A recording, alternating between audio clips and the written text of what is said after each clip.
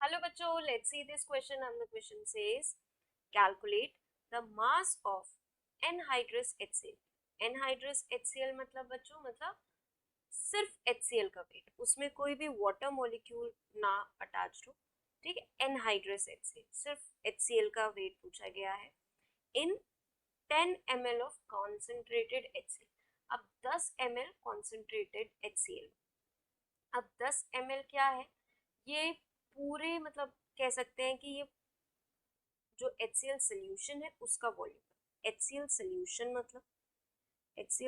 मतलब उसमें anhydrous HCl भी प्रेजेंट होगा और वाटर भी प्रेजेंट होगा। ये हो गया हमारा HCl सोल्यूशन। ये कितना है, 10 ml है। और इसमें बोला गया है ये जो कंसंट्रेटेड HCl सोल्यूशन है ना, इसमें जो HCl है वो 37% बाय वेट है। मतलब कि अगर हम HCl का वेट निकालें, अगर हम मास ऑफ HCl, अब HCl यहाँ पे क्या है, सॉल्यूट है, तो अगर हम मास ऑफ सॉल्यूट निकालें तो वो क्या है एक्चुअल में, जो भी वेट आएगा यानी कि जो भी मास आएगा सोल्यूशन का, जो भी मास आएगा HCl सोल्यूशन का, उसका 37%। ये चीज, ये स्टेटमेंट में बोला गया है। अगर हमें मास ऑफ सोल्यूशन पता लग जाए तो हमें मास ऑफ सॉल्यूट भी पता लग जाएगा। तो चलिए मास ऑफ सोल्यूशन निकालते हैं। कैसे, मास ऑफ सोल्यूशन हमारा है,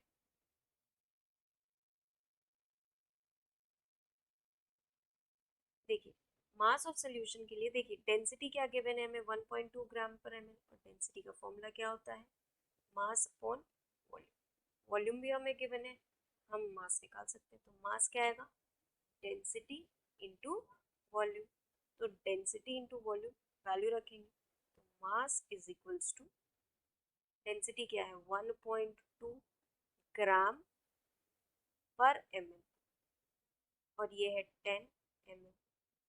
तो यहाँ से ये आया बच्चों 12 ग्राम। ये क्या आ गया, मास of solution. Mass of solution आया है। अब ये मास ऑफ सॉल्यूशन को ये हम इसे इक्वेशन 1 लेट कर लेते हैं, इस इक्वेशन 1 में पुट कर देते हैं। तो यहाँ लिख लेते हैं, put mass of solution in equation 1। ठीक, तो मास ऑफ सोल्यूट क्या आएगा, mass of solute is equals to mass of solution 12 into 37% है, परसेंट को फ्रैक्शन में करेंगे तो divided by divided by 100, not 1000। ठीक है, डिवाइडेड बाय 100। अब जरा इसे मल्टीप्लाई करके देखिए, सॉल्व करिए, तो ये आएगा 4.44 और ये किस में आएगा, ग्राम में आएगा।